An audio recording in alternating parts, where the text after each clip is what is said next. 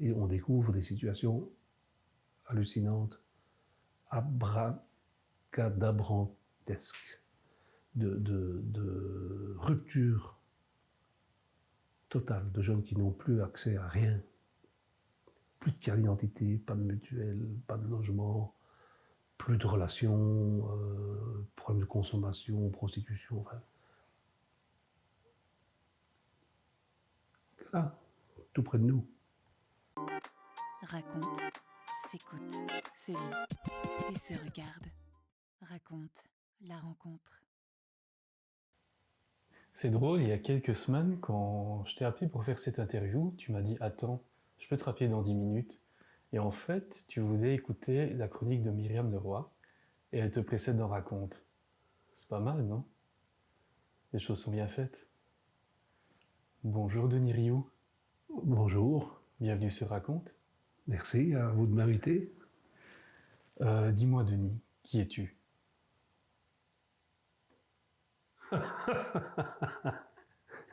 Qui suis-je? On est à la Pommerée, donc je suis le directeur de la Pommerée.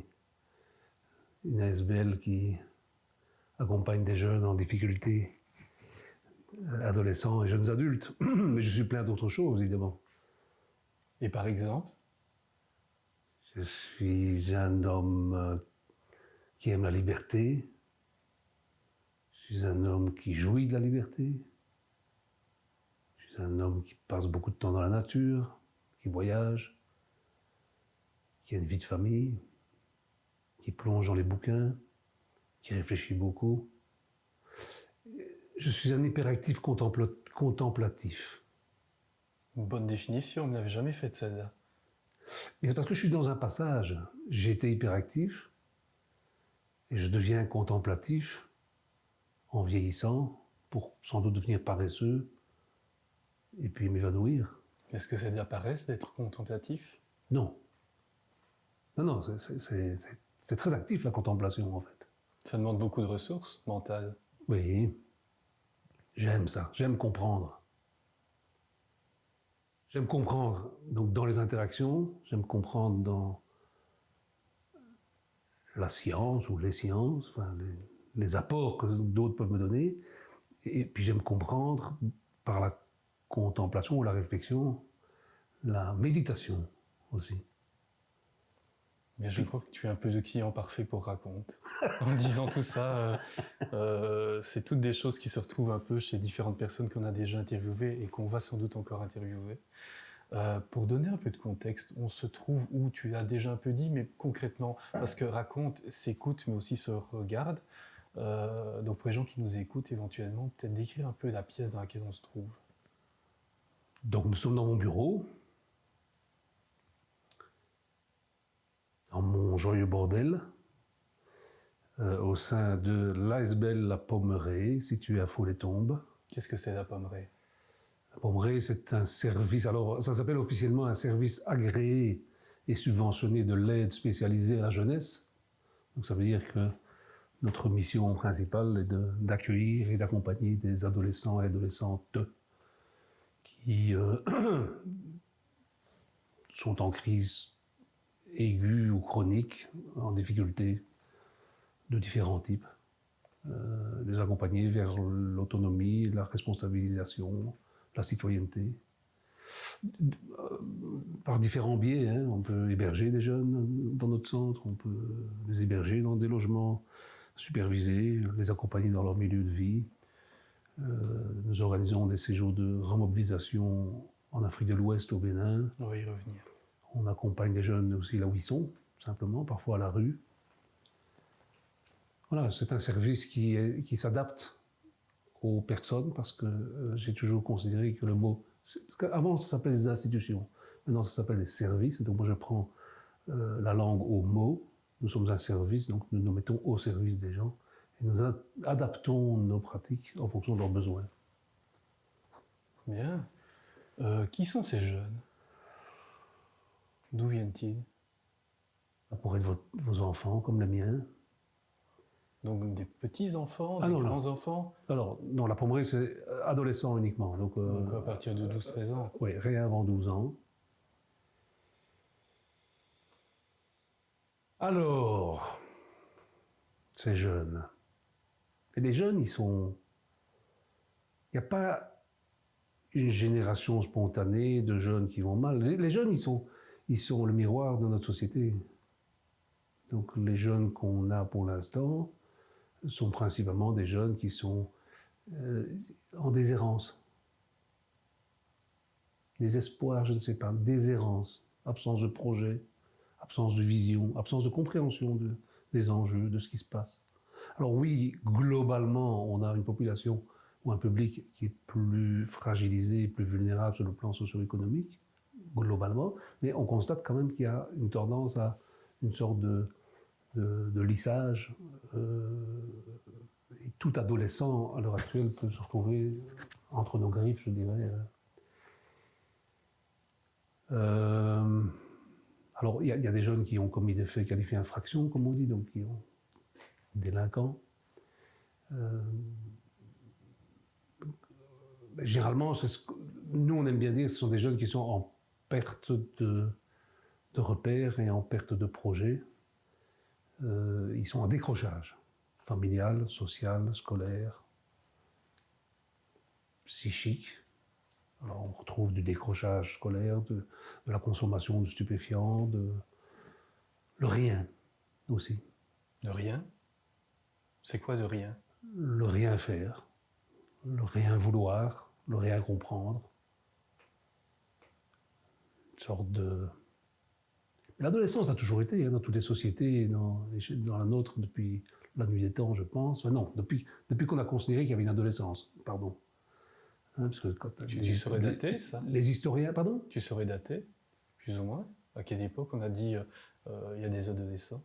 Oh, c'est assez récent, je pense. Hein. J'ai l'impression aussi. Hein. C'est récent, hein, ça. Je pense même que c'est la... il faudrait que je relise, mais je dirais début 20e. Hein. Peut-être au moment de la scolarisation. Alors oui, quand il y a eu plus de scolarisation, quand il y a eu une technologisation de la société qui a nécessité que plus de gens fassent plus d'études aussi, quand il y a eu de meilleures conditions socio-économiques qui ont permis aux familles de ne pas devoir utiliser les enfants pour... Oui, non, je pense même que, allez, quand je dis début 20e, à mon avis, ça s'est certainement développé plutôt après la Seconde Guerre mondiale. Hein. Mes parents, qui sont encore de l'avant-guerre, l'adolescence était relativement... Elle existait, mais elle était très courte. Et elle était considérée juste comme l'âge idiot. Elle n'était pas un concept sociétal comme on a maintenant. Et ce qui est plus compliqué, c'est pour ça qu'on a créé un nouveau projet aussi pour les jeunes, ce qu'on appelle l'âge de transition, c'est que tout un temps, l'adolescence correspondait à l'âge de la majorité, c'est-à-dire qu'on terminait l'adolescence quand on entamait la majorité. Soit on allait travailler, soit on allait aux études supérieures, et on en avait fini avec les conneries. On en faisait d'autres à l'UDIF, mais bon, les conneries grandes. Maintenant, l'adolescence, elle commence à 12 ans, elle finit à 25. Hein. On parle même d'adolescents maintenant. Effectivement. Voilà. Donc, ce qui est assez étonnant, quand j'ai commencé à travailler, on était majeur à 21 ans. On était dans quelle année, plus ou moins, pour contextualiser? 90. Ok. 1900. Majeur... On peut contextualiser, mais peut-être pas à ce point-là. C'était majeur à 21 ans. Ah, effectivement. Maintenant, on est majeur à 18 ans, et on est adulte à 25. Hein. Pour tout le monde ou...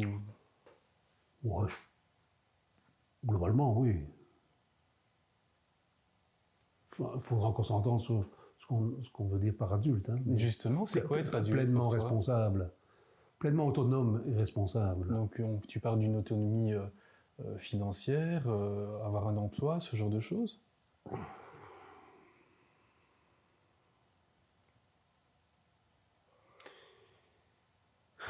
Dans notre société, la question, on met beaucoup de choses, on met beaucoup de significations dans la question de l'autonomie.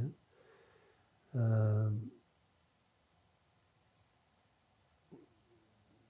Oui, je pense que les conditions sociales et sociétales sont telles que accéder à une autonomie suffisante pour pouvoir être considéré comme étant véritablement adulte, c'est-à-dire une autonomie, autonomos, se définir ses propres règles. Oui, c'est une autonomie psychique, c'est une autonomie relationnelle, c'est une autonomie financière, c'est un peu le tout. Hein. L'autonomie, c'est pas avoir un logement à soi. C'est pouvoir aussi avoir la capacité d'être citoyen, d'être acteur d'une manière ou d'une autre dans le champ social dans lequel on vit. Quoi. Trouver sa place. Trouver sa place. Ce qui n'est pas évident. Pas du tout. Comment tu aides des jeunes on va dire que tu encadres ou qu'on encadre ici à la Pommeraye à trouver leur place? C'est une vaste question, tu vas me dire. Très vaste question.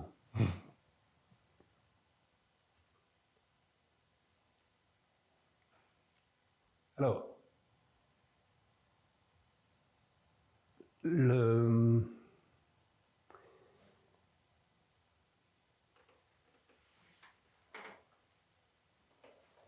Après tout ça, j'imagine que c'est trop lent. Non. Ah. Il y a un côté aussi contemplatif chez Raconte, donc je crois qu'on s'est un peu trouvé là-dessus. On aime les réponses longues, les analyses, et... Non, vas-y.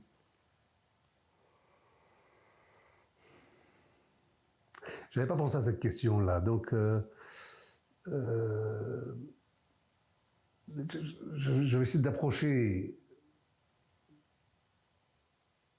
en ayant une réponse un peu méta. Pour moi, c'est beaucoup plus qu'un métier. C'est une posture. J'écris quand je marche. Je marche beaucoup, j'écris beaucoup. C'est une posture éthique, une posture politique et une posture poétique. Alors, je vais essayer de définir ce que j'entends par là. Éthique, c'est partir du principe que toute trajectoire d'individu est possible. C'est-à-dire quand on commence à rencontrer une personne, tout est possible. Moi, j'aime les aphorismes. J'avais écrit un jour « Rien n'est, tout naît. Rien n'est EST, tout naît NAIT. » Donc, de manière éthique, on rencontre une personne. De cette rencontre, on part du principe qu'on va pouvoir construire quelque chose. Donc c'est un engagement profond. Ce qui fait d'ailleurs qu'on est dans l'innovation sociale à la Pommeraye. Et là, on glisse sur le côté politique des choses, politique au sens noble du terme, pas politicien. La mission de la Pommeraye, c'est de faire bouger les lignes, c'est de faire évoluer les pensées, c'est de faire évoluer les pratiques, c'est de faire évoluer le regard qu'on peut porter sur ces jeunes plus vulnérables, plus en souffrance ou plus en difficulté. Et le côté poétique, c'est l'approche de la singularité, c'est l'approche de la simplicité, c'est l'approche de la beauté de toute forme de relation. C'est de se dire que de ce qu'on va construire ensemble, oui, ce côté poétique, ce côté merveilleux, en fait, de la vie, ce côté exceptionnel. J'ai découvert dernièrement, je voyageais en Asie du Sud-Est, et j'ai pas été jusqu'au Japon, mais l'expression qui m'a beaucoup plu, Ichigo Ichie. Chaque moment est unique. Donc, posture éthique, on va rentrer dans la relation parce qu'on va être capable de créer quelque chose, d'amener la personne à créer quelque chose. On va le faire dans le cadre qui nous est fixé, mais s'il faut dépasser le cadre, s'il faut faire bouger, on va le faire bouger. Et c'est ce qu'on fait en permanence à la Pommeraye. Et avec la certitude, la volonté, l'envie, la disposition à être dans une rencontre poétique qui va rendre le moment merveilleux. Et ça me réveille tous les jours. Et je peux venir à la Pommeraye avec plein d'emmerdes, j'ai la banane. Et en même temps, c'est un acte de foi. Hein. Enfin, de foi. Ouais, c'est une mission, comme tu le décris là. C'est pas un emploi, c'est une mission. Ouais, heureusement, je suis payé pour. Mais oui, mais c'est une mission, mais pas du tout dans le sens, enfin si, spirituel, si on veut, mais pas du tout la mission. Oui, d'ordre de croyance religieuse. Il n'y a aucune croyance religieuse, nous sommes tout à fait apolitiques et non confessionnels ici. Oui, mais c'est quelque chose de l'ordre de... Oui, il y a quelque chose qui dépasse... il y a quelque chose qui dépasse ce qui est écrit dans l'agrément, ce qui est écrit dans le contrat qui nous donne des subventions, ce qui est écrit dans le projet éducatif ici, ce qui est écrit dans tous les process qui sont mis en place. C'est cette rencontre. Et c'est cette rencontre que j'ai aussi avec mes collègues et collaborateurs et collaboratrices. Je vis la même chose aussi, là-dedans. Donc, j'en reviens à comment on fait. Mais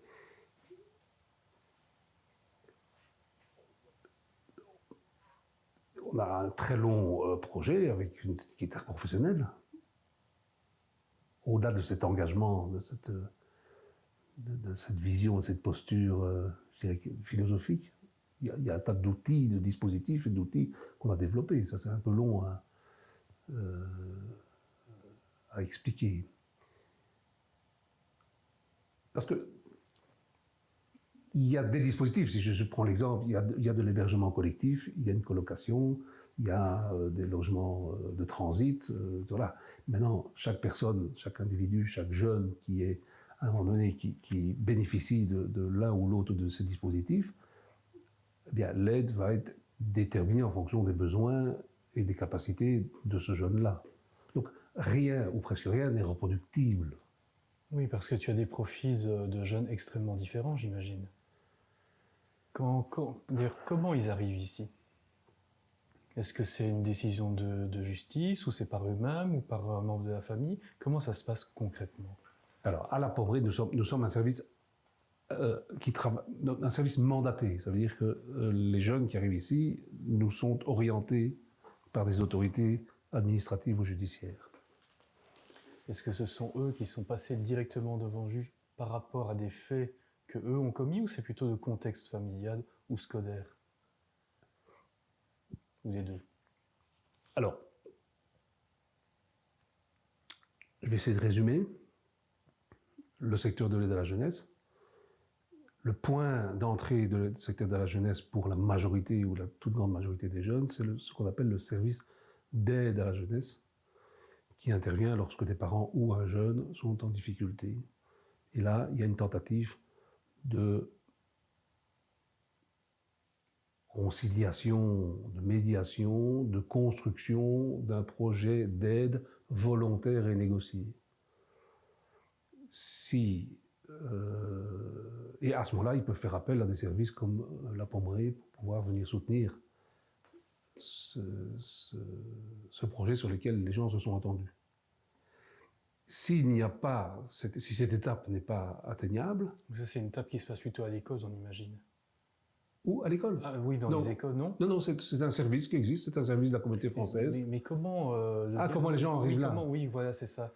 Oh, ben ça, c'est tous les services de première ligne qui peuvent orienter. Ça peut être un médecin de famille, ça peut être l'école, ça peut être une maison de jeunes, ça peut être un club de sport. Des gens qui ont identifié qu'il y a quelque chose qui n'allait pas. C'est ça. Oui, ou via, de bouche à oreille, les parents se renseignant, apprennent que ça existe, ou le jeune l'apprend par le PMS, par exemple, ou des choses comme ça. Alors, ça peut être les personnes en difficulté elles-mêmes, ça peut être aussi quelqu'un qui fait un signalement. Ça arrive souvent? J'ai pas les chiffres. Ça, je connais pas ce côté-là des choses. Nous, on est en bout de course. Donc ça, c'est le premier. Alors, c'est pas notre public premier pour nous, parce que nous, on est plus avec des situations plus complexes par leur multidimension de complexité, hein. Je pourrais y revenir après, mais aussi on intervient plus quand il y a déjà eu d'autres tentatives d'aide, puisqu'on est plutôt vers la fin de l'adolescence. Tu veux dire des tentatives qui auraient échoué précédemment? qui ont échoué ou qui n'étaient pas adaptés à ce moment-là ou que les gens n'ont pas réussi à prendre. Donc ça, c'est le point d'entrée. Si la famille ou le jeune ne remplit pas sa part dans cet accord qui est fixé entre les parties et qu'il y a danger, Quand tu entends danger, c'est... et que l'autorité administrative de l'aide à la jeunesse considère que le jeune est en danger de ne pas remplir les conditions du contrat qui était fixé, alors ils font appel au parquet, qui lui peut désigner un juge, qui lui peut imposer une aide. Est-ce que ce sont des processus rapides? Mais déjà, dans le petit tour que j'ai donné, non. On parle de quoi? De quelques mois? Pour ce tour-là, quelques mois, oui. Sauf que le législateur étant malin, il a toujours prévu quelque chose, il y a une possibilité de voie d'urgence. Si l'intégrité physique et ou psychique du jeune est actuellement et gravement compromise, hop, on bypasse le circuit et on va tout de suite en entretien de cabinet. On ne passe pas par les audiences publiques. Donc, ça va très vite. Ça peut être dans les 24 heures. Et là, il y a des mesures qui peuvent être prises de protection, le temps que. Donc ça, c'est la deuxième voie, c'est l'aide contrainte. Donc, aide volontaire, aide contrainte. La troisième voie, c'est lorsque le jeune a commis des faits qualifiés d'infraction, comme on dit dans notre jargon, donc des faits de délinquance, et qui se fait choper, parce qu'il y en a plein qui en font, qui ne sont pas chopés. Et alors là, c'est le juge de la jeunesse qui intervient directement et qui garde le dossier. Donc on a le service de l'aide à la jeunesse, le service de protection judiciaire et le juge. C'est compliqué. Comme souvent dans ce genre de choses. Mais là, il y a deux profils très distincts. Il y a le jeune qui est en danger par son contexte dans lequel il évolue, et il y a le jeune qui a commis quelque chose. Pour moi, c'est deux personnes très différentes. Pour moi, c'est les mêmes. Ah bon? Ouais. Dis-moi, pourquoi? Enfin, c'est les mêmes, non. Il y en a un qui est plus une victime et l'autre plus un coupable, si je veux caricaturer. Alors, si on veut caricaturer, tous les jeunes que j'ai connus qui sont qui ont commis des faits qualifiés d'infraction sont avant tout des mineurs en danger. Donc en fait, on dit mineurs en danger, mineurs ayant commis des faits qualifiés d'infraction. C'est la grande distinction. Mais les mineurs délinquants sont des mineurs qui sont passés par la case mise en danger ou qui sont passés à travers des périodes de la vie qui ont construit cet état. C'est pas un état de délinquance, mais qui ont construit cette trajectoire. C'est un peu une spirale criminogène, en fait. Oui, je sais pas. En même temps, c'est ce que je disais l'autre jour à notre inspectrice pédagogique, parce que nous, on est tenus d'avoir un quota de jeunes qui ont commis des faits qualifiés d'infraction. C'est extraordinaire, ça. Le législateur a prévu que la Pommerais devait avoir au moins 2/3 de jeunes qui ont commis des faits qualifiés d'infraction. Mais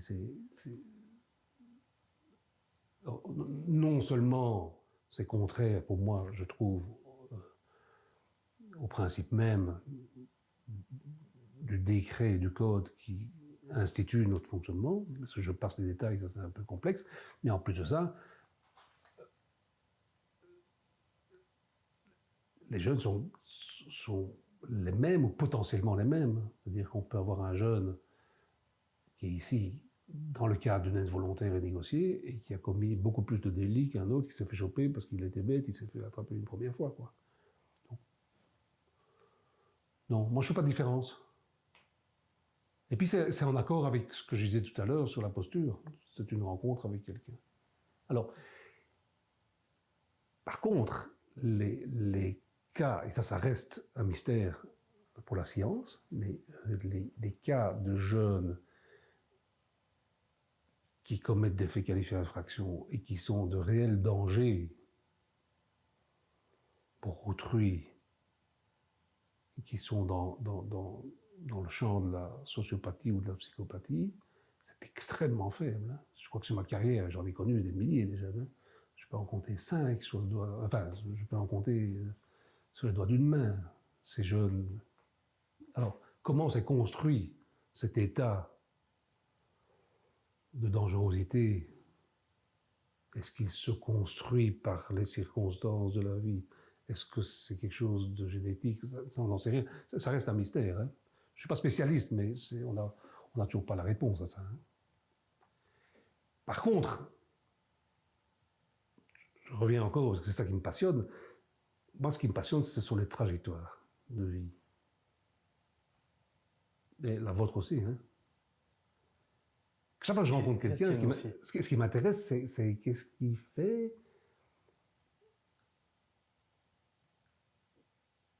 d'où tu viens, qui as-tu rencontré, quelles ont été les expériences, quels ont été les tournants, quels ont été les carrefours dans la vie qui ont fait que tu as fait tel ou tel choix, contraint ou pas contraint, volontaire ou pas volontaire, conscient ou pas conscient, peu importe. Et d'ailleurs, à titre d'outil qu'on utilise avec les jeunes et avec les familles aussi, c'est de reconstruire cette trajectoire de vie pour que chaque personne puisse prendre conscience de qu'est-ce qui l'a constitué. C'est une sorte d'analyse sociologique, en fait. Oui, sociologique à dimension individuelle. Oui, c'est moi, enfin moi, lui, moi, toi, nous, comme individus inscrits dans des contextes. Et on mêle un peu tout. On mêle qu'est-ce qui s'est passé dans l'histoire familiale, qu'est-ce qui s'est passé dans l'histoire de quartier, qu'est-ce qui s'est passé dans l'histoire scolaire, qu'est-ce qui s'est passé dans l'histoire associative, dans les rencontres amoureuses, les amis. Et c'est ça qui nous fait ce qu'on est. Mais c'est passionnant, hein, la trajectoire de vie. Bon, pour le même prix, on ne serait pas là, vous là et moi ici. Enfin, toi là et moi ici. Bon, moi, j'aurais pu être un jeune de la Pommerie. Tu me lances un peu une perche parce que on vient de parler beaucoup du contexte, mais toi, comment tu étais jeune? Et là, tu viens de me lancer quand même une très très belle perche, donc je rebondis dessus. Et... Quel jeune étais-tu, Denis? Où as-tu grandi? Qui es-tu? Moi, je suis tombé dans la marmite du bonheur quand j'étais petit. C'est bien ça.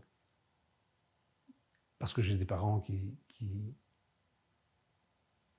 m'ont apporté... Oui, la marmite, la potion magique, là. Moi, j'ai une aptitude au bonheur. Hein. Alors, pour preuve que tout ceci est très complexe, nous sommes 4 frères. Il y a des choses dans lesquelles on se ressemble et des choses dans lesquelles on ne se ressemble pas du tout. Et je pense être celui qui a cette aptitude au bonheur le plus de facilité à le ressentir, le vivre et le transmettre. Donc il y a une part d'expérientiel et puis il y a une part de détermination voilà, tout au départ. Quoi. C'est ta posture, tu es un optimiste. Oui, mais pour bien montrer qu'il y a une part qui est née de tout ce que nos parents nous ont transmis et fait vivre, mais il y a une part génétique qui fait que je suis différent de mes frères et que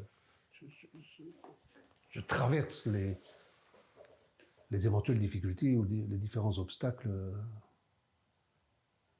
différemment. Quoi. Ça a toujours été, depuis l'enfance? Oui. Alors moi j'étais un contestataire. J'ai jamais fait comme les autres en fait. C'est souvent les parcours les plus intéressants. Ouais, mais c'est fatigant. Hein. J'avoue. Donc ça remonte à très longtemps. Hein. Mais ça commence quand? Est-ce qu'il y a un acte fondateur de ça? Je sais pas. Mais je sais que madame... Zut, j'ai fait encore son nom l'autre jour, ma professeure de 3e primaire avait dit à mes parents, vous n'en ferez jamais rien, il sera clown ou clochard. C'est sympa en 3e primaire. Ça, c'est toute l'errance de certains enseignants, j'ai envie de dire. Oui. Pour ne pas dire incompétence. En fait. Oui, mais je n'ai jamais été blessé par ce que les enseignants pouvaient dire. Mais je suis vite devenu plutôt un révolutionnaire constructif. Ça, c'est des grands mots, hein, mais partout où il fallait un représentant, quelqu'un qui prenne la parole, ou qui développe un propos, ou qui manifeste pour le droit des étudiants, enfin bon, j'étais là. Ça s'est construit un peu naturellement. Tu avais des aptitudes en fait. Ouais, j'ai toujours pris plaisir à ça. Pris plaisir aussi à ne pas se confondre à l'ordre établi. Trouver sa voie. J'ai un problème avec l'ordre. Hein. C'est-à-dire que une chose que je me suis rendu compte de ça dernièrement, encore une fois en marchant, c'est que c'est pas l'ordre qui me dérange. C'est pas. En fait, ce qui m'intéresse le plus, c'est le sens.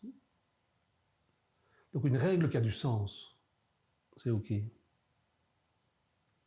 Même si c'est un sens que j'aurais du mal à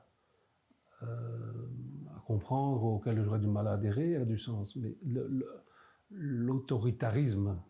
Bête et méchant. Hey, sur la porte de mon bureau, il est marqué « autorité sans autoritarisme ». Comment on fait pour être autoritaire sans autoritarisme? Pas autoritaire, avoir de l'autorité. Avoir en fait. de l'autorité, mais juste comment Ah, on je fait? sais pas, je sais pas. Je sais pas, je m'y exerce tous les jours.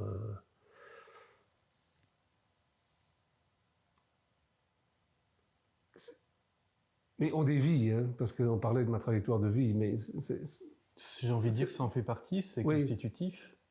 Parce que là, on est en train de définir les contours de ta personnalité. Et donc,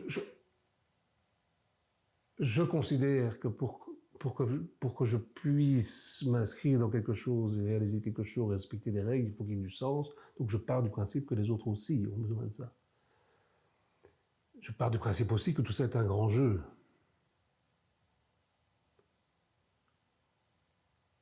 Que nous participons tous à un grand jeu avec des rôles qui sont distribués en fonction des compétences et du hasard aussi. Hein. Hasard, compétences, volonté, enfin, je ne vais pas minimiser ma propre trajectoire, mais je n'ai pas non plus envie de... Je n'ai aucune fierté par rapport à ça. J'ai énormément de chance.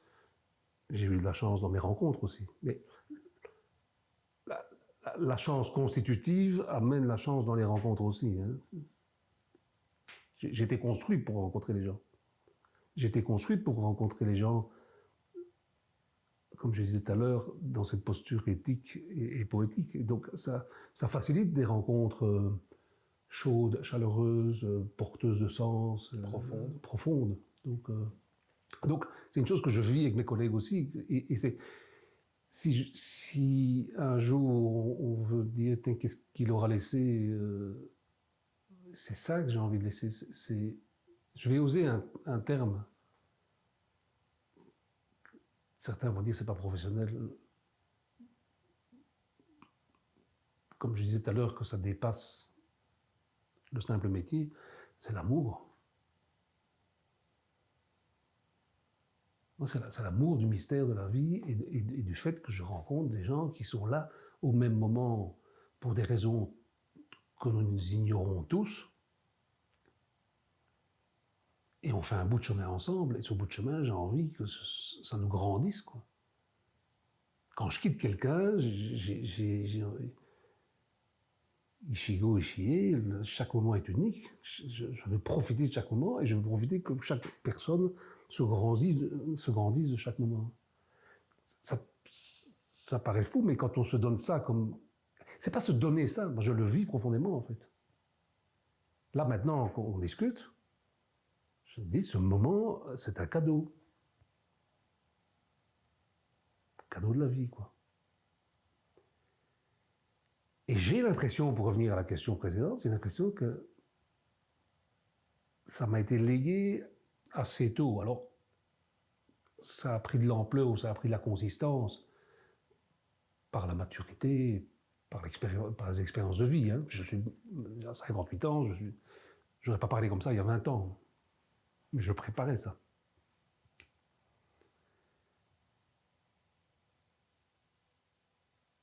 Un mot qui a guidé toute mon enfance et mon adolescence.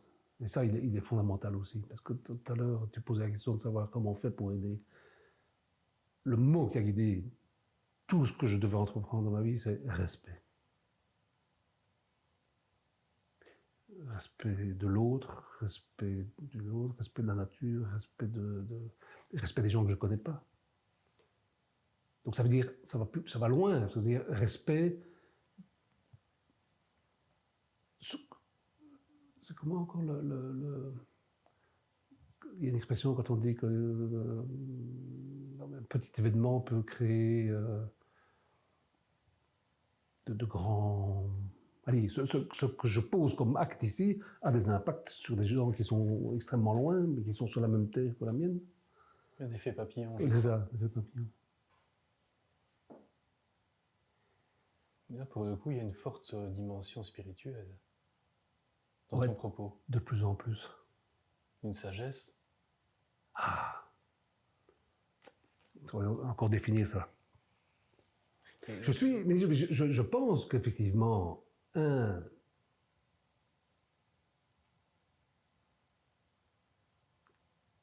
des objectifs ou des sens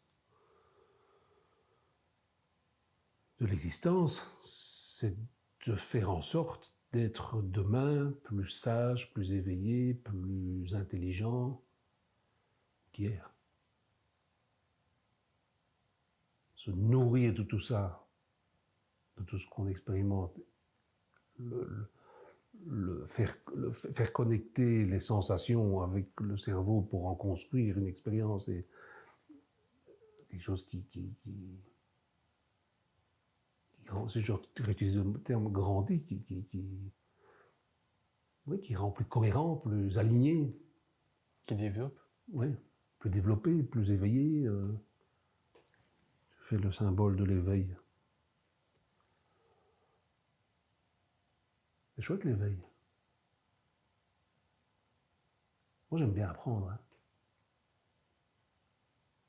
Par contre, ce côté spirituel ou intellectuel, parfois, me perd un peu, hein, parce que je suis j'ai besoin de comprendre, et donc ça me... Trop d'analyse. Trop de détachement. Oui, je pense, mais mes collègues rigolent. C'est devenu des private jokes en disant ça y est, il est parti dans ses grandes réflexions. Oui, alors qu'eux attendaient une réponse ultra pragmatique. Ouais. Je suis parfois un peu lent. Au plus je vieillis, au plus je suis lent pour certaines décisions Lent ou réfléchi. Ou réfléchi. Mais oui, mais tellement réfléchi que trop lent, parfois. Mais ça va, j'arrive encore à diriger la boîte. Hein. Mais le jour où je serai trop plané, on verra bien. Mais en même temps, je trouve que ça donne une dimension différente. Et cette dimension différente permet que des problèmes ne soient pas perçus comme des problèmes, en fait. Parce que cette dimension que j'évoquais permet à tout le monde d'avancer et de porter un regard différent sur les choses. Oui, parce que ça amène aussi à quelque chose de beaucoup plus terre à terre pour le coup. Tu travailles dans un milieu pas facile, avec des personnes qui sont dans un moment de leur vie critique. Il faut tenir le coup par rapport à ça, toi et eux. Ouais. Pour faire ce chemin dont tu parlais juste avant, il faut avoir, je sais pas, du détachement ou une force mentale énorme à avoir. C'est un métier difficile. Hein. Pas pour moi, hein. Moins pour moi. Ce sont surtout mes collaborateurs, collaboratrices qui sont en prise directe avec les difficultés des personnes. C'est moralement, c'est psychiquement lourd comme boulot. Et je passe encore aussi les questions... Enfin non, je ne dois pas les passer. En évoquant en plus toutes les questions organisationnelles et de fonctionnement H24, de variabilité, de temps de travail, etc. Hein. Mais oui, la rencontre avec la désespérance ou la déshérence, avec le refus d'être pris en charge ou d'être aidé, avec les incompréhensions, avec une forme de violence parfois aussi. Hein. Parce que tu en parlais tout à l'heure, ça peut être fait dans les 24 heures c'est un déchirement dans tous les sens du terme pour les personnes qui connaissent ça, autant de contexte familial que le ou la jeune. C'est le début d'une potentielle reconstruction, mais c'est un peu comment, je trouve plus le terme, mais la création par la destruction aussi. Il faut couper un moment pour repartir autrement. Alors ça invite à deux réflexions. D'une part, effectivement, les jeunes que nous accompagnons sont des jeunes qui ont des trajectoires assez chaotiques avec pas mal de ruptures. Beaucoup de ruptures de liens. Je pourrais raconter des histoires que je raconte, on va dire, t'as inventé. Non, il y a des jeunes qui disent... Pour donner du contexte, si tu peux en raconter une, éventuellement, pour que les gens comprennent bien, parce qu'eux ne sont pas dans le contexte. Je peux essayer de reprendre une situation. Oui, je vais t'en trouver une rapidement. Et la seconde, je donne directement la seconde réflexion, comme ça elle sera dite, éventuellement on reviendra là-dessus après. Ta question,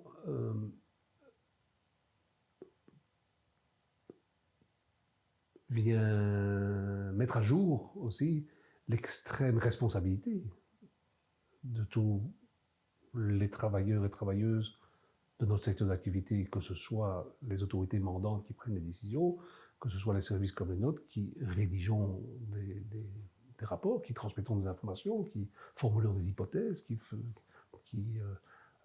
formulons des demandes à l'égard des trajectoires de vie des gens. Donc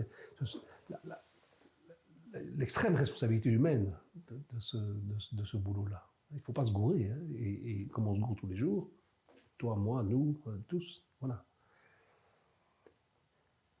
Alors, des trajectoires, c'est un collègue avec qui je travaille depuis très longtemps, Fabien, là, il me disait, j'aime bien, il parle parfois de miraculé. Il y a des jeunes qui ont des... Un jeune qu'on a eu jusqu'à pas... Enfin, que nous accompagnons toujours, s'est retrouvé à 13 ans, orphelin de père et de mère, sans aucun réseau familial autour de lui. Alors je ne sais plus à quelle vitesse et dans quel processus ça s'est déroulé exactement, mais il s'est retrouvé à la rue. Et donc, nous, on est intervenus quand il avait 15 ans, et ce gamin était dans une telle fureur, dans un tel manque de confiance, une fureur, une violence à l'égard du monde adulte. Alors c'est moi qui utilise ces mots-là, mais qui l'avait abandonné, ou qui n'avait pas réussi à faire en sorte qu'il ne le soit pas, ou qu'il ne le vive pas comme étant abandonné. Ce gamin, on a dû l'approcher comme un animal sauvage, pour qu'il franchisse la porte même de la pommerie. Et donc on ne l'a pas forcé à venir tout de suite, on l'a abordé par un tas d'outils qu'on utilise pédagogiques. Il avait vécu longtemps dans la rue? Ouais, 1 an et demi, je crois. C'est énorme à 13 ans. 13, 14 ans, enfin, jeune. C'est quand même très très jeune. Et donc, on loue des studios ou des petites maisons, voilà, pour un tas de raisons, et on s'est dit, mais ce gamin, on ne va pas le laisser là où il ne veut pas rentrer dans la pommerie, on va l'installer à 15 ans dans une petite maison ouvrière qu'on louait à Andenne. Et à partir de là, on va essayer de créer un minimum de relations de confiance avec lui pour voir ce qu'on peut essayer de mettre en place. Et ça, on l'a accompagné comme ça, et puis finalement... je ne suis pas tous les dossiers individuels, évidemment, donc, mais je sais qu'il a été vivre à un moment donné, il a renoué avec un frère, et puis c'est de nouveau, il s'est retrouvé en IPPJ parce qu'il a commis un fait qualifié d'infraction, et puis il est revenu chez le frère. Mais entre-temps, il avait noué une relation de confiance suffisante avec 2 de mes collaborateurs et collaboratrices, qui sont devenus, à ses yeux, des personnes respectables, des personnes sur lesquelles il pouvait se reposer, et donc ce qu'on appelle maintenant des tuteurs de résilience. Il y a une confiance. Oui. Alors, ça ne veut pas dire tout gagner, parce que là, il est de nouveau en IPPJ. Mais quand il sortira, il sait qu'on est là. Maintenant, il approche les 18 ans. Et à 18 ans, on bascule dans le monde des adultes, même si on n'est pas prêt à basculer dans le monde des adultes. Ça, il faudra voir comment on va pouvoir l'accompagner. D'ailleurs, ce moment, il est très difficile pour beaucoup de jeunes, hein, ce passage. Dans une famille, on ne voit pas le passage. Il n'y a pas beaucoup de familles où on change de statut parce qu'on a 18 ans. Pour nos jeunes, ça change beaucoup. Oui, parce que toi, ils peuvent rester ici accompagnés jusqu'à 18 ans. Et qu'est-ce qui se passe à 18 ans et un jour? Alors, jusqu'à 18 ans, nous sommes payés pour pouvoir les accueillir ici. Au-delà de 18 ans, nous ne sommes plus payés pour les frais relatifs aux jeunes, mais j'ai toujours le personnel. Donc, on a des jeunes qui restent un peu au-delà de 18 ans ici. Alors, de manière générale, les jeunes à 18 ans, il faut qu'on leur... Soit ils sont entrés dans leur milieu familial de vie, ou un milieu familial de vie, dans la famille élargie ou une famille qu'il s'est constituée ou qu'il le considère comme faisant partie de la famille. Hein. Tous les modèles familiaux sont possibles. Ou bien dans un logement, ce qu'on appelle un logement autonome, donc un cote, un studio, parfois des colocs. Et alors nous, on accompagne encore quelques mois, le temps de renforcer des choses ou de les aider à passer ce cap, notamment sur le plan administratif, et puis sur de mettre en lien avec toutes les institutions, toutes les administrations, en fait, tout ce qui compose la vie d'un citoyen lambda, l'accès au logement, l'accès à la santé, l'accès au travail, à la formation, enfin tout ça, quoi. Maintenant, le problème est... Parce que depuis très longtemps, cette transition est une difficulté. Maintenant, elle est devenue un véritable problème. Depuis quelques années. Pourquoi?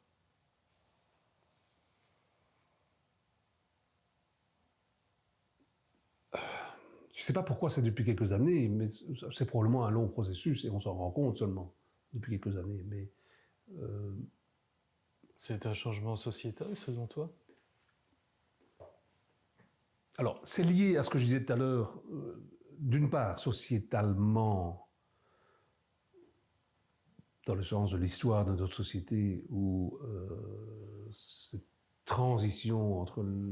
Enfin, cette adolescence commence beaucoup plus tôt et termine beaucoup plus tard, pour les motifs qu'on a évoqués tout à l'heure. Et alors, il y a un second élément qui vient renforcer ça, c'est, et on en parle pas mal dans la presse aussi, c'est la souffrance psychique plus généralisée qu'on rencontre, ce qu'on appelle les troubles de santé mentale. On met un peu tout là-dedans, mais bon. Et on constate que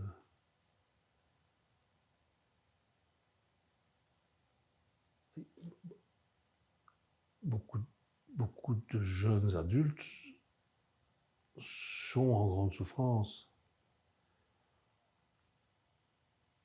Mais ils sont, à mon sens, je ne suis pas sûr qu'ils soient en plus grande souffrance que nous. C'est peut-être qu'on en parle plus, en fait, que on a mis des mots sur tout ça. Il y a une différence de perception sociétale. La médiatisation aussi. Ouais. Parce qu'effectivement, tout ça a toujours existé. C'est humain. Ouais. C'est juste qu'on le perçoit peut-être différemment. Oui, puis ça se dit plus, on doit un peu libérer la parole là-dessus. On peut plus facilement dire qu'on est en souffrance maintenant. Et donc à tel point que l'État fédéral a créé des réseaux de santé mentale plus en ambulatoire dans chaque zone de la Belgique, puisque ça existe en Flandre aussi. Et nous, maintenant, on a un nouveau projet depuis 2 ans qui, justement, vise à accompagner les jeunes au-delà de l'âge de la majorité jusqu'à l'âge de 25 ans. Ces jeunes qui ont non seulement une trajectoire dans l'aide à la jeunesse ou dans les institutions pour personnes handicapées, et qui cumulent ça avec des problèmes de santé mentale ou de justice. Et on découvre des situations hallucinantes, abracadabrantesques, de rupture totale, de jeunes qui n'ont plus accès à rien. plus de carte d'identité, pas de mutuelle, pas de logement, plus de relations, problèmes de consommation, prostitution, enfin. Là, tout près de nous. Et souvent des jeunes qui ont des trajectoires institutionnelles, hein, qu'on a arrêtées à 18 ans. Alors, sur le bon compte, hein, ça s'est fortement amélioré. Hein. En 1990, quand j'ai commencé, le gamin ou la gamine était en institution jusqu'au moment où il va en sortir. Merci, au revoir. Merci, au revoir, bagage, compte en banque parce qu'on mettait un peu d'argent de côté pour les jeunes, et bye bye. Mais dans un monde qui n'est pas celui de maintenant non plus. Hein. Pour l'accès au travail, l'accès à l'information, enfin, on ne parle pas tout à fait du même monde en 30 ans. Hein. Ça devait être une frustration ultime pour toi et tes collègues de voir finalement tout ce travail d'accompagnement que vous avez fait gâché. Oui, alors... Une toute autre question, mais est-ce que des fois tu revois, vu que ça fait quand même 30 ans, c'est ce que j'allais dire, oui. Des jeunes qui ne sont plus si jeunes maintenant, parce que si c'était il y a 30 ans, est-ce que des fois il y a des gens qui sont revenus oui. pour témoigner, ou même longtemps après, peut-être 10, 15, 20 ans après, où tu es resté en contact avec eux? Oui, mais donc c'est ça. On nous pose souvent la question de quel est le résultat de votre travail. Et en fait, on n'a encore jamais trouvé de système, de modalité pour pouvoir objectiver l'impact des interventions que nous avons, nous ou d'autres services. Hein. Mais ça tient aussi à une question de droit, c'est-à-dire que la personne... Donc, une question de droit, c'est-à-dire que la personne qui en a fini avec l'aide à la jeunesse ne peut pas être retrouvée, puisqu'il a droit à son anonymat. On est face au casier judiciaire, c'est ça que tu veux dire? Casier judiciaire ou casier administratif. Le jeune qui a 18 ans est majeur. S'il ne laisse pas de lui-même une adresse ou une façon de le contacter, nous n'avons aucun moyen de contacter. Hein? Et aucun droit non plus de pister quelqu'un pour aller lui poser des questions. Le second élément qui est plus psychologique, c'est que la plupart des jeunes et des familles veulent tirer un trait. Ah bon? Il n'y a pas un attachement qui se crée, peut-être avec des indicateurs et tout ça? Si, mais tirer un trait sur... Une période sombre? Plutôt la période sombre, pas sur les relations qu'il y a eu dans la période sombre. Mais en même temps, tirer un trait passe aussi par le fait de prendre distance par rapport à des relations qui se sont nouées pendant cette période-là. Donc c'est très difficile. Je sais que les politiques néolibérales dans lesquelles nous sommes veillent, visent, souhaiteraient qu'on puisse arriver à quantifier le travail. On va devoir... La question de l'évaluation, elle va arriver un jour. Je ne sais pas comment on va faire, mais bon, bref.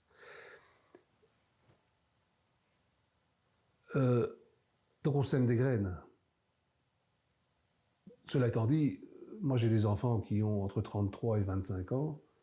Je constate maintenant que des graines que j'ai semées il y a très très longtemps poussent seulement maintenant. Oui, puisque l'individu est en construction permanente et qu'il se nourrit en permanence, parce qu'il s'éveille en permanence, et donc il y a des choses. Donc on doit partir du principe qu'il y a des jeunes pour lesquels on aura eu un impact assez significatif sur les trajectoires de vie. Et ça se vérifie, mais statistiquement, c'est pas valide. Puisque, bon, statistiquement, il y a ceux qu'on voit dans les journaux, c'est souvent pas nécessairement des bonnes nouvelles. Et puis il y a ceux qui viennent nous dire bonjour. Généralement, c'est parce qu'ils vont bien qu'ils viennent dire bonjour. Et là, c'est intéressant parce qu'on a des discussions sur, tiens, qu'est-ce qui a fait que? Oui. Et chaque fois, ils reviennent c'est des rencontres. C'est tel éducateur ici à la Pommerie, c'est tel... Moi, j'ai encore vu, je dis un gamin, mais il a 45 ans, qui est venu me voir dernièrement. Il m'a demandé de venir me voir parce qu'il était en difficulté avec un de ses gosses et il voulait discuter. Et il m'a rappelé tout ce que j'avais fait pour lui. J'avais oublié, moi, tout ce que j'avais fait à l'époque où j'étais plus sur le terrain. pour lui. Et il m'a dit, tu as permis que je prenne certaines routes à un moment donné. Et donc on a régulièrement des jeunes qui reprennent contact ou qui passent. Et ça, c'est quand même... Tu dois être content, il y a ouais. une gratitude, c'est ça. Ouais. Quel bonheur. Alors, pour le reste, on ne sait pas, mais ce n'est pas... Enfin, c'est de l'ordre de l'improbable, voire de l'impossible, qu'on ne laisse pas une trace, à un moment donné, une marque. Alors, l'un ou l'autre de mes collègues... je ne suis pas toujours conscient non plus.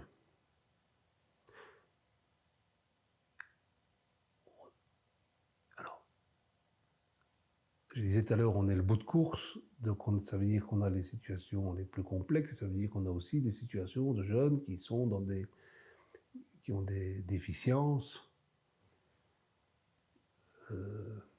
Alors, c'est un concept qu'on n'a encore pas bien défini, je pense, mais des handicaps sociaux associés à des handicaps intellectuels ou des limites, en tout cas, qui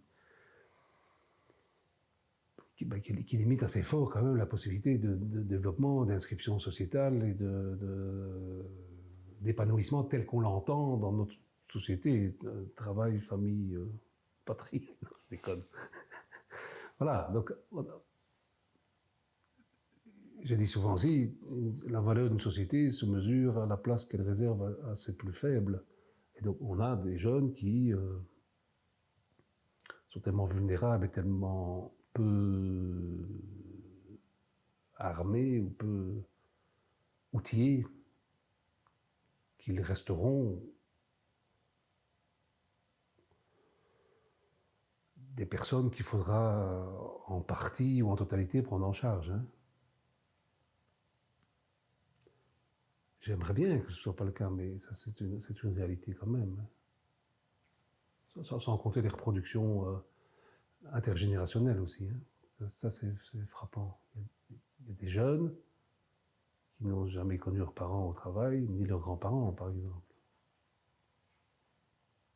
Ça ne veut pas dire que ce n'est pas possible de leur faire intégrer la notion de valeur du travail ou d'intérêt du travail, ou de tout ce qui va autour du travail, mais c'est un gros boulot. Il y a quand même des populations qui sont fortement... déconnectées. Ouais. En parlant de déconnexion, tu en as touché un bref mot tout à l'heure, l'Afrique, Ouais. les paysages lointains, Ouais. ton côté aventurier. Ouais. Tu peux nous toucher un mot sur ça? Je crois que tu as un programme où tu emmènes des jeunes, c'est au Bénin, c'est bien ça? Ouais. Dis-nous tout. Alors j'aime bien raconter le poids de naissance. Ouais, voilà, avec comment on arrive au Bénin? Parce que trajectoire de vie, hasard, multiparamètres. Bon. Société. Je randonne. J'étais parti pour quelques jours en randonnée le long de la Semois, tout seul, avec mon sac à dos, ma tente et... En bivouac. En bivouac. Et je trouve, le long de la Semois, je ne sais plus où c'était, il faudrait que je retourne voir, je tombe sur un vieux moulin, accessible uniquement à pied. Et je me dis, tiens, je vais lancer un projet qui va s'appeler Pieds sur Terre, parce qu'on est obligé d'aller à pied, et qui sera un projet très très nature. Donc on va retaper ce moulin, et il y aura des éducateurs qui vivront dedans, ils iront chercher le jeune à pied, là où on nous le confie, et on vivra à la dure, mais très proche de la nature, en fonction des besoins primaires avec les jeunes, dans une relation très horizontale et pas verticale d'éducateur d'un jeune. Et en plus de ça, on ne fera pas de rapport aux autorités mandantes, mais c'est un écrit qu'on fera avec le jeune. Et en plus de ça, le jeune quittera quand il le décidera. C'est-à-dire qu'on va tout à fait à l'encontre du système tel qu'il existe, mais en me disant, il y a des jeunes qu'on accrochera peut-être comme ça parce qu'on va les surprendre. Donc je rédige ça le soir dans la petite tente, il n'y avait pas encore d'ordinateur portable.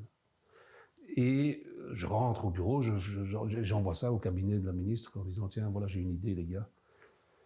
Parce que l'avantage, c'est qu'on se connaît toujours dans une grande famille, l'aide à la jeunesse. Et on me répond, ouais, super idée, Denis, mais on n'a pas les sous. Le truc habituel, quoi. Ouais. Mm. Mais t'as encore... Mais c'est une belle idée. Mais Ouais, on ne te donnera pas d'argent, mais c'est une très belle idée. C'est une très belle idée, continue comme ça. Mais pas avec nos sous. J'avais déjà créé d'autres choses avant. Hein. Moi, j'ai toujours, depuis que j'ai commencé à travailler, hein, à part les 9 premiers mois, qui étaient la période pour accoucher de mes convictions, où j'étais dans une boîte pourrave, où j'ai dû supporter un tyran. Après, dès que j'ai pu me libérer de ça, je n'ai fait que créer des projets et amener des gens autour de projets qui sortaient du cadre. Bref, je fais ce truc-là. Donc quelque part, ça me fait plaisir parce que j'ai pris le pied à le conceptualiser. Et puis quelques mois après, il y a eu l'affaire Van Olsbeek, qui était un drame, un jeune qui a été tué, un jeune qui était... Oui, à la gare... Gare centrale. Pour un iPod ou un truc comme ça, je crois. Oui, c'était dans les années 2010 par là. C'est ça. Ouais. Avant, 2007, je crois. Ok. Et mais ça marque la Belgique, effectivement. Tout à fait. Et à ce moment-là, l'État fédéral lâche du pognon pour les entités fédérées et dans la jeunesse en disant il faut faire quelque chose pour tous ces jeunes qui ne vont pas bien, quoi. Et tout d'un coup, on me retéléphone en disant écoute, tu avais écrit un chouette truc, mais en fait, nous, on te propose de partir au Bénin avec des jeunes et avec 6 interrues et avec la ministre et avec Jean-Denis Lejeune. Ça fait un peu opération de com, dit comme ça. Légèrement. Légèrement. Donc on me téléphone un vendredi après-midi, on me dit tu as 5 minutes pour répondre. Je dis j'ai pas besoin de 5 minutes. La question c'est est-ce que je suis prêt à partir au Bénin dans 3 semaines avec 4 jeunes? Oui. J'avais jamais été. Et donc je suis parti là avec Jean-Denis, la ministre, et puis là-bas sur place, on a eu des discussions, et elle m'a dit, bon, c'est son chef cab, hein, qui a dit, avec elle, bref, ils m'ont dit, voilà, on a des moyens, bon, on aimerait bien faire quelque chose qui sort de ce qui existe déjà. Est-ce que toi, tu serais prêt à lancer un projet de remobilisation? On appelle ça la rupture, moi j'aime pas trop la rupture. De remobilisation par un voyage de rupture au Bénin. Ok. Et voilà, donc on est parti de rien. Pas d'équipe, pas de projet, pas de construction, pas de budget. Et comment le Bénin est venu? Pourquoi ce pays? Ça aurait pu être n'importe quel autre pays. Alors, c'est le premier pays qui a signé un accord de coopération avec la Belgique francophone en 1991. Et c'est un pays avec lequel la Fédération Wallonie-Bruxelles a beaucoup de liens culturels. C'est un pays très stable sur le plan politique. Pas trop loin. Enfin, il y a énormément de conditions qui... Mais sinon, c'est le hasard. Hein. Et donc, alors après, ça s'est partagé. C'est-à-dire qu'il y a un autre collègue qui organise ce même genre de séjour que nous, et un troisième collègue liégeois qui le fait aussi. Donc on a partagé les budgets ensemble pour proposer des choses un peu différentes, même si c'est dans la même logique. Et comment ça se met en place? Tu es parti sur place avec quelques jeunes, directement? Alors là, c'était un séjour de 10 jours, effectivement, avec RTL, j'avais oublié, pardon. Il y avait Ciné et revues RTL. Ça fait tout ce que j'adore. Que télé-réalité, dit comme ça. Tout à fait, tout à fait. Mais écoute, les Marseillais à Cancun, mais... Non, mais on a servi à la com de la ministre et oui, j'étais conscient de ça. Mais bon, ça va dans le bon sens aussi, donc voilà. Donc, alors, oui, j'ai oublié de dire, je cultive une certaine forme de naïveté. Mais c'est en lien avec tout ce que j'ai dit de mon rapport à la vie. Hein. Parce que s'il n'y a pas cette naïveté, il n'y a pas la rencontre authentique non plus. Hein. Donc, ma naïveté, certains disent la fausse naïveté, mais peu importe si elle est fausse, j'arrive à me rendre suffisamment naïf que pour traverser certains moments, pour être dans une rencontre authentique, et ou pour obtenir des possibilités de développer un projet. Partir avec RTL et signer des revues, voilà, j'ai vraiment joué le jeu comme je sais faire, quoi. J'étais content, hein, moi. j'ai vécu des choses exceptionnelles avec ces jeunes-là. Et puis finalement, on a même impliqué les jeunes dans la réflexion sur le projet là-bas. Ils étaient contents, comment ils ont pris le projet? Les 4 avec qui on est parti, c'est difficile à dire maintenant, mais c'était... enfin, je sais qu'il y en a un qui avait énormément... avec qui j'avais beaucoup d'échanges là-bas, qui était déjà très mûr pour son âge, qui avait une trajectoire de vie extrêmement compliquée. Malheureusement, il est décédé dans la rue, à 32, 33 ans. La cam. La cam et la vie de rue. Hein. Dont on n'imagine pas la dureté.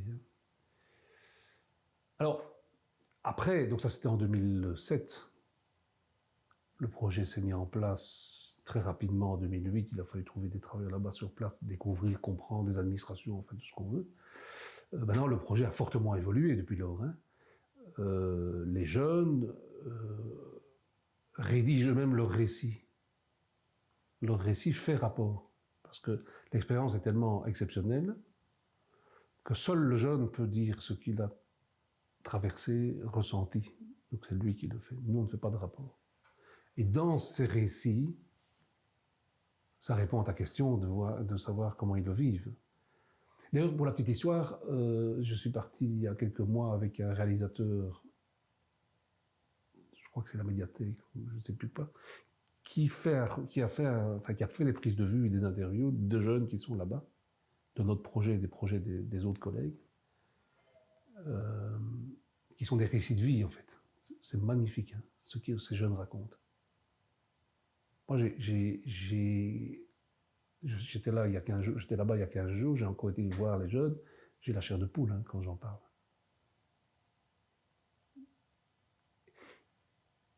Ça ne peut pas ne pas laisser des traces. L'expérience est tellement extraordinaire dans le sens premier du terme que, petite parenthèse, j'ai 4 enfants, enfin, pas tout seul, nous avons 4 enfants. 3 d'entre eux sont partis en séjour au Bénin. Pas par la communauté française. Hein.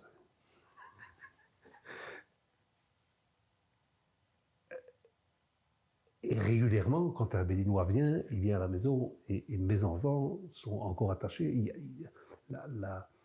L'expérience était tellement puissante qu'à 30 ans, ils en tirent encore des éléments pour avancer, pour grandir. Et donc, très vite, on a quitté le travail de groupe et en fait, les jeunes partent seuls.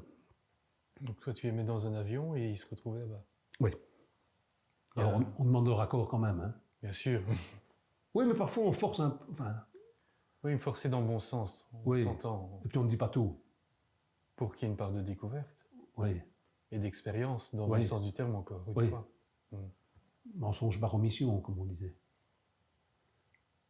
Mais c'est un mensonge bienveillant. C'est un mensonge bienveillant, tout à fait.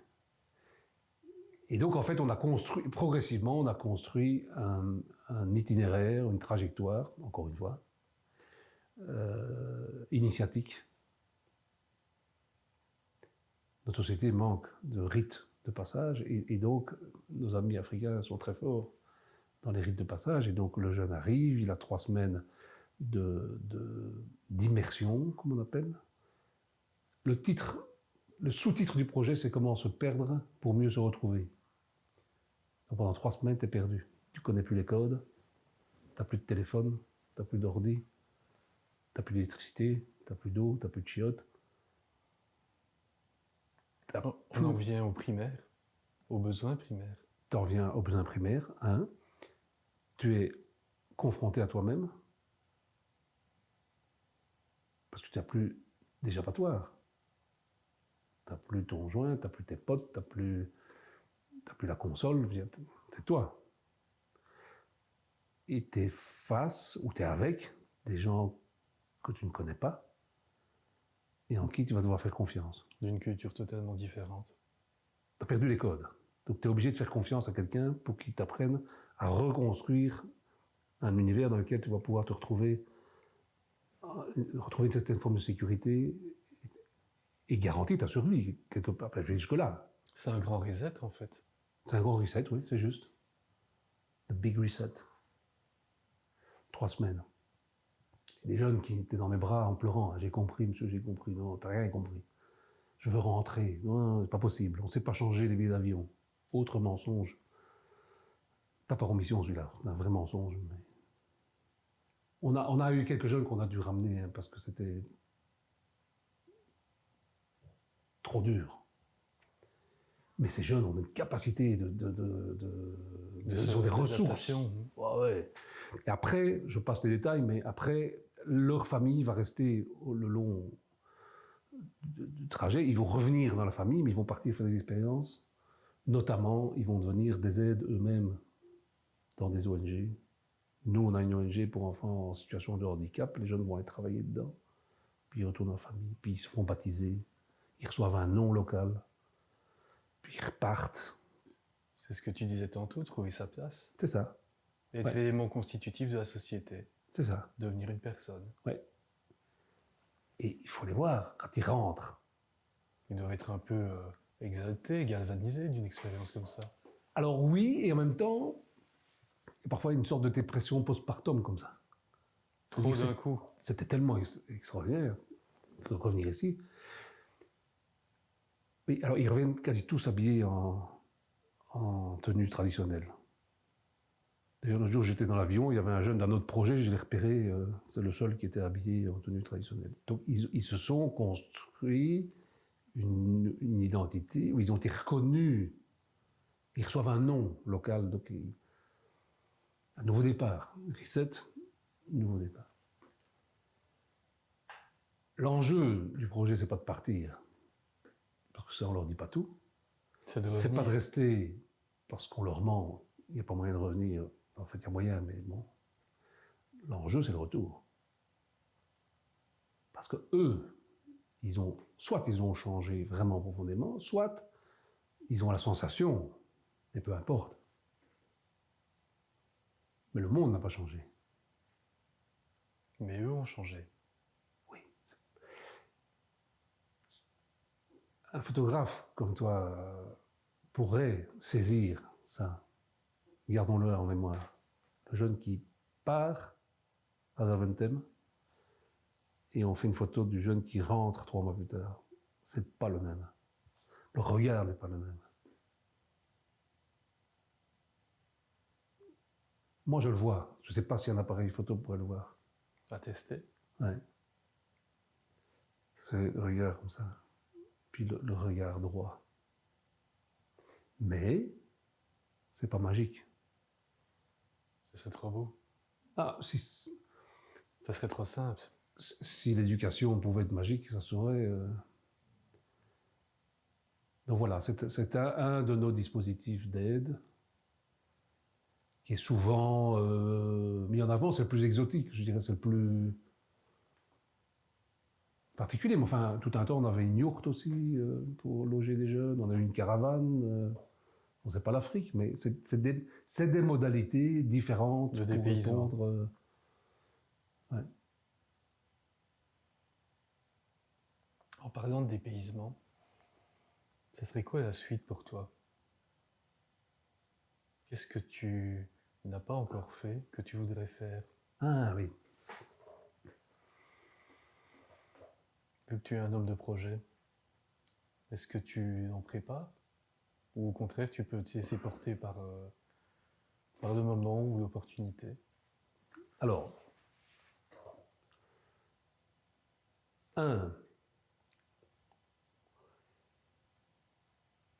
ce qui j'allais dire me remplit de joie, mais c'est peut-être un peu exagéré, mais ce que je suis en train de percevoir et qui me fait plaisir, c'est que progressivement dans cette maison, les projets commencent à émerger au départ d'autres personnes que moi. Pendant longtemps, c'est moi qui ai inspiré, initié, pensé. Le leader. Oui. Et maintenant, ça commence à venir. La transmission. Ouais, et ça, l'émulsion. Ouais. Ça me fait vraiment plaisir. Donc peut-être que la suite de ma carrière, ça va être plutôt de permettre l'émergence de ça. Donc Du mentorat. fournir les conditions globales, dont du mentorat, pour que d'autres initiatives, d'autres créateurs puissent se révéler dans la maison. Est-ce que tu as un rêve ultime? Ouais. Par contre, j'ai quand même un projet. Ah, pardon. C'est autour de la rando. Autour de la rando.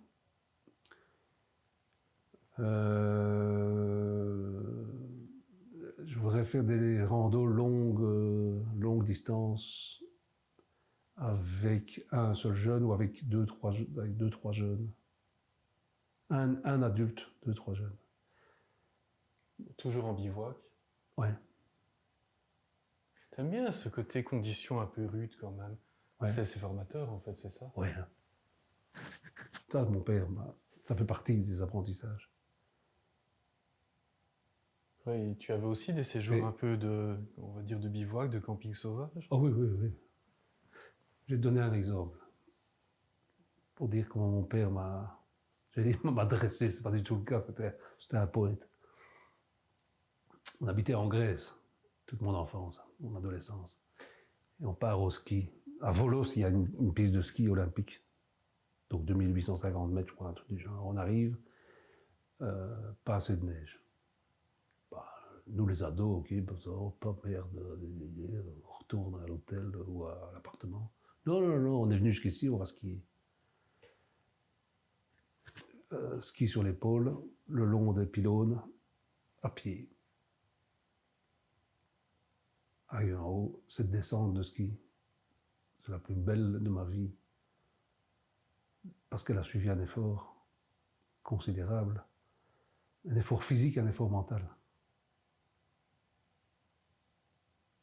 Et ça, c'est des choses, je trouve, qui sont fondatrices. Moi personnellement, je pars chaque année aussi en rando tout seul. Et j'aime bien aussi même me passer pour essayer de retrouver uniquement l'essentiel, en fait. Tant qu'il y a un peu d'eau et un quignon de pain, c'est bon, quoi. C'est un peu un leitmotiv de tout ce qu'on vient de dire. Je sais que tu n'as pas de mot rupture, tu l'as dit tout à l'heure, mais c'est quand même un peu ça. Se mettre, ou en aparté, peut-être plutôt ça. Prendre une aparté. Se retirer un peu du contexte social, s'isoler volontairement. Oui. On en revient à ta contemplation. Oui. Ah oui, j'ai de plus en plus de plaisir avec ça. Et la question de la marche, c'est aussi que quand on marche, on est occupé et on doit regarder tous les deux, ou tous les trois, ou tous les quatre dans la même direction. Et ça veut dire qu'on peut se parler on peut se parler de choses extrêmement profondes et difficiles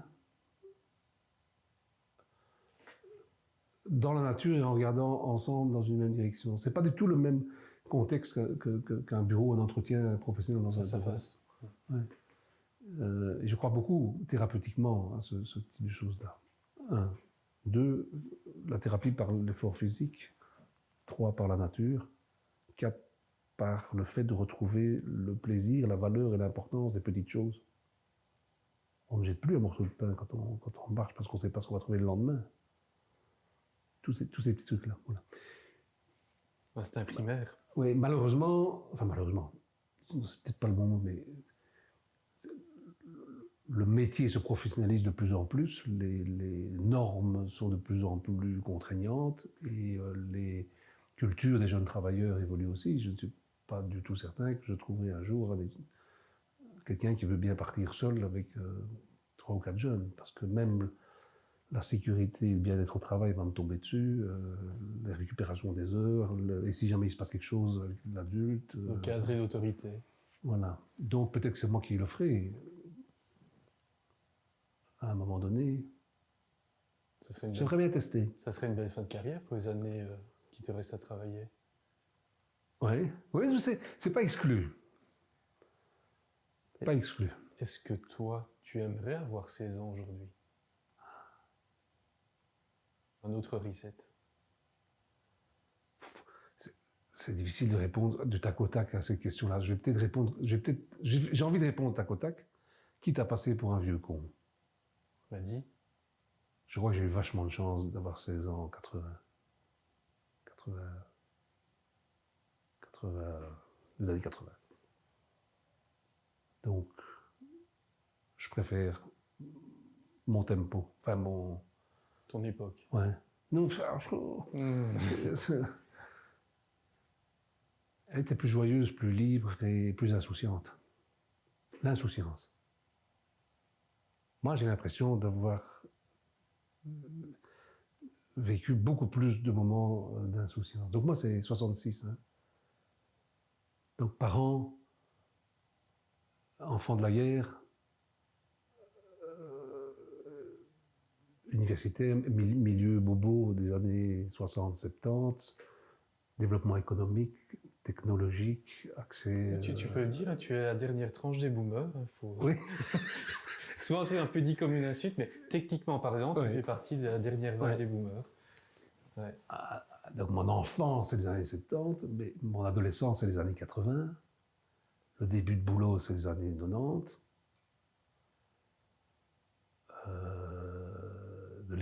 Sky is the limit. Hein.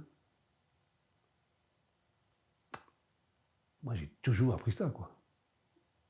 Fonce. Mon père avait écrit dans le couloir crois en toi, fonce, ou des trucs comme ça. C'était go, quoi. Vas-y, fixe-toi des trucs et fonce, ça marchera. Et puis, c'était quand même insouciant. Je veux dire, je parlais de ça avec des vieux potes, là. On partait en vacances un mois avec Interrail et 6 000 francs, bon, 150 €. Pas de téléphone, des traveler chèques. Nos parents ne savaient pas où on était, on avait 16, 17 ans. On ne voyait pas le danger. Nous, on ne voyait pas le danger, les parents ne voyaient pas le danger non plus. Il y en avait pourtant, hein. Le regard était différent. Je ne suis pas sûr qu'il y ait plus de danger, en fait, hein, mais il y a le danger qu'on s'est créé ou qu'on s'est constitué maintenant. Maintenant, objectivement parlant, on pouvait se permettre plus d'audace. Hein. Dans des choix de travail, dans l'immobilier, faire des enfants, enfin, c'était plus... D'où, dit comme ça, c'est un peu l'image que... Moins anxiogène, voilà. Ouais, je ne suis pas anxieux, hein, mais je comprends que les jeunes de maintenant se posent plus de questions avant de poser des actes. Moi, je suis arrivé ici comme directeur à 27 ans, déjà avec 2 enfants, avec une maison qui a un poêle au charbon et une 2 chevaux. Il faut voir les bagnoles des éducateurs maintenant. Hein. Enfin, les curseurs ou les points d'attention, ou je ne sais pas comment dire, moi, n'étaient pas... Oui, ont complètement changé. Oui, n'étaient pas les mêmes.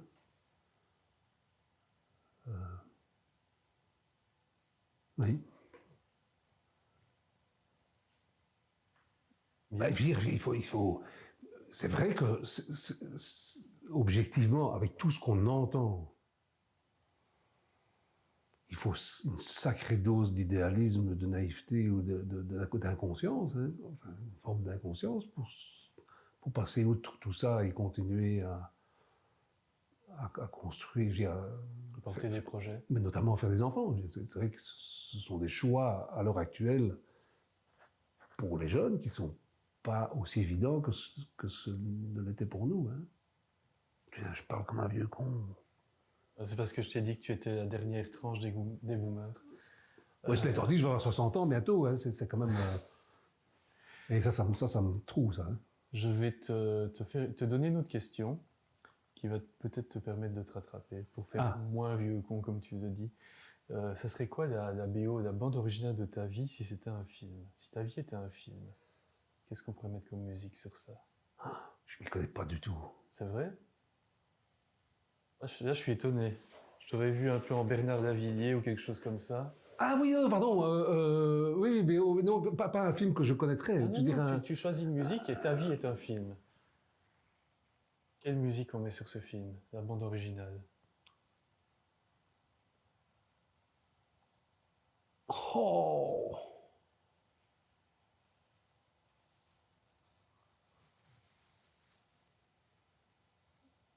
Brassens pour l'irrévérence, pour l'humour et la profondeur.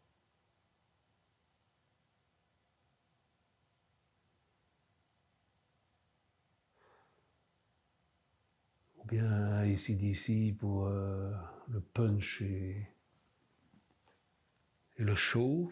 Show must go on. Hein. Jamais Ah, qu'on... ça c'est Queen. Oui, oui, je sais. Parce que j'ai envie de faire partie d'un grand show et qu'on ne serait plus là, que le show continue. Il faudrait que je dise ça à mes enfants qui mettent ça. Ou une musique de Bond, parce que mes enfants m'appellent Denis Bond. Je leur ai imposé. Hein. Ou un bon Pink Floyd. Ça laisse Pour mon époque. pas mal de choix. Ouais. Super. Il me reste la toute dernière question qui est la même pour tout le monde. Qui voudrais-tu voir dans Raconte à ta place pour faire ce même exercice que nous venons de faire? Sur qui tu voudrais en savoir un peu plus? Ou sous un autre angle, si tu connais cette personne. Dans tout secteur, à tout milieu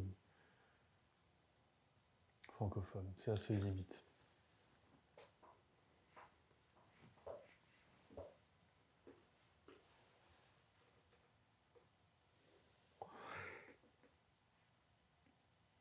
Bon, pas mal de gens. Un top 3?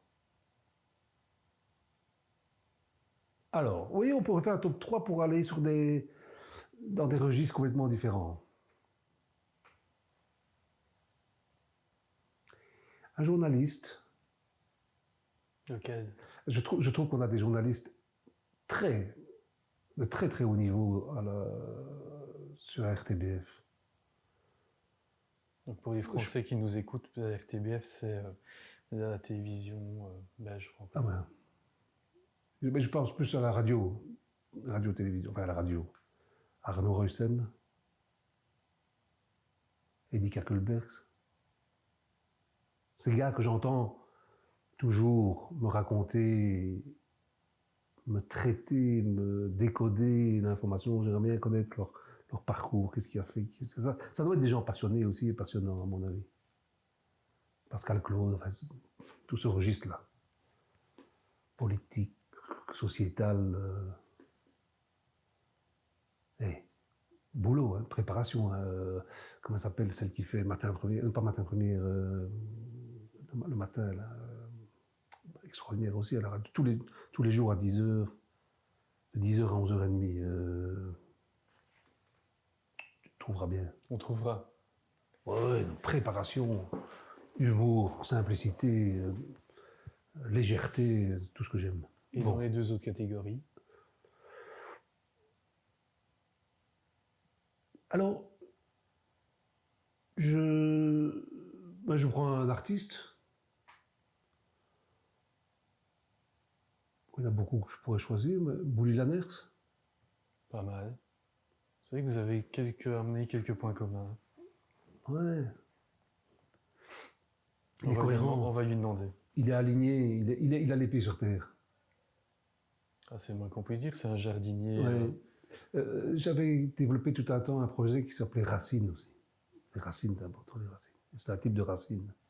Mais pas le con, pour revenir à Brassens, les gens nés quelque part, là. Les gens qui sont nés quelque part, à écouter ça. Qui trouvent que c'est toujours mieux chez eux qu'autre part. C'est à la fois gourmet, ouais, ou gourmet. Un air gourmet, enfin, ce genre de... qui sont en même temps, en plus des acteurs... Et alors, une troisième catégorie, peut-être, qui me fascine, qui m'intéresse, ce sont les gens qui sont dans la politique. J'ai beaucoup de respect pour les gens qui sont dans la politique. Là, je t'avoue, je suis un peu étonné. Ah oui? J'aurais cru que tu les aimais pas, mais bon. Ah non. Aimer, je sais pas, j'ai beaucoup de respect. Ok, c'est vrai que c'est pas la même chose. je ne supporte pas... Alors, j'ai dit tout à l'heure que j'aimais beaucoup la question du sens. Et je déteste obéir à quelque chose auquel je ne trouve pas de sens ou qui ne correspond pas à mes valeurs. Mais je déteste un certain discours ambiant qui consiste à toujours critiquer les politiques, à tout mettre sur leur dos et à considérer que c'est à cause d'eux que les choses ne vont pas. C'est d'une imbécilité crasse. Extrêmement facile aussi. C'est facile, c'est déresponsabilisant et ça permet de dévier la responsabilité sur d'autres qui sont face à des enjeux d'une complexité extraordinaire, ne fût-ce qu'à petite échelle, même une commune. Alors, parfois des choix terribles à faire. Oui, quand on pense à un pays, et un pays comme la Belgique qui n'est rien dans une entité qui est l'Europe, qui n'est presque plus rien dans une entité qui est le monde, enfin bref. Alors parmi les hommes politiques, ou les femmes politiques, il y a sûrement qui ont dû me...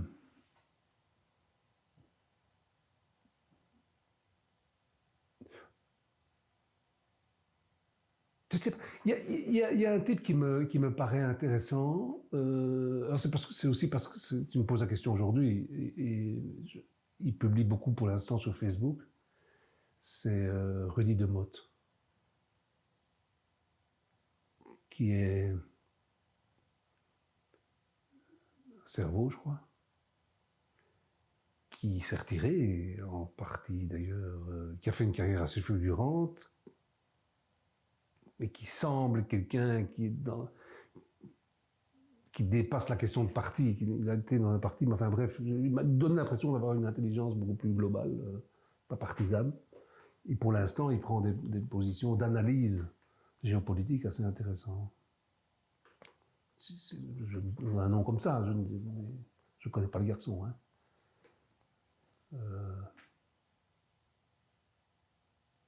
Est-ce qu'il y en a qui me fascinent quand même là-dedans? Oui, je ne vais pas citer le nom, mais il y en a, mais l'ego de certaines personnes est tellement surdimensionné que ça risque de prendre le pas. Ouais, de ne pas être assez juste ou assez honnête ou vrai. Oui, il y a le personnage public et puis il y a la personne derrière. Ouais. Surtout, c'est très présent dans ce milieu, effectivement. Ouais. Bien. Et encore une fois, je ne les critique pas. C'est très difficile, à mon avis. Ça fait partie du métier, j'ai envie de dire. Oui. D'arriver et de rester. Et donc, ils doivent se prémunir, ils doivent construire un tas de... Une carapace ouais. solide. Oui, parce que moi, déjà, à mon tout petit niveau, je vois ce que c'est de prendre des décisions qui ne correspondent... qui ne... Je peux comprendre que le mécontentement... Voilà, 3 pistes. 3 bonnes pistes. Et tout ce qu'il y a eu avant, surtout. Merci beaucoup, Denis Rioux. De rien, raconte. Merci à vous. Raconte, s'écoute, se lit et se regarde.